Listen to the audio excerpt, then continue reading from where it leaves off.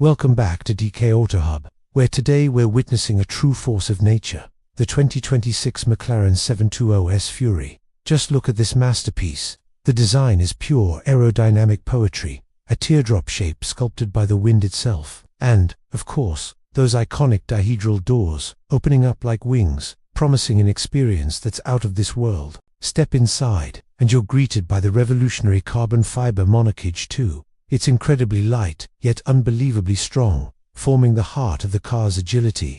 And check this out, the folding driver display. With the touch of a button, it transforms, giving you only the essential info for maximum focus when you're pushing the limits. But the real magic happens when you ignite the engine. That roar is the sound of a 4.0-liter twin-turbo V8, ready to unleash hell, 0 to 60 in just 2.8 seconds. It's not just speed, it's an explosion of power that pins you to your seat. On the road, the proactive chassis control system works like a dream. Every curve, every turn is handled with surgical precision.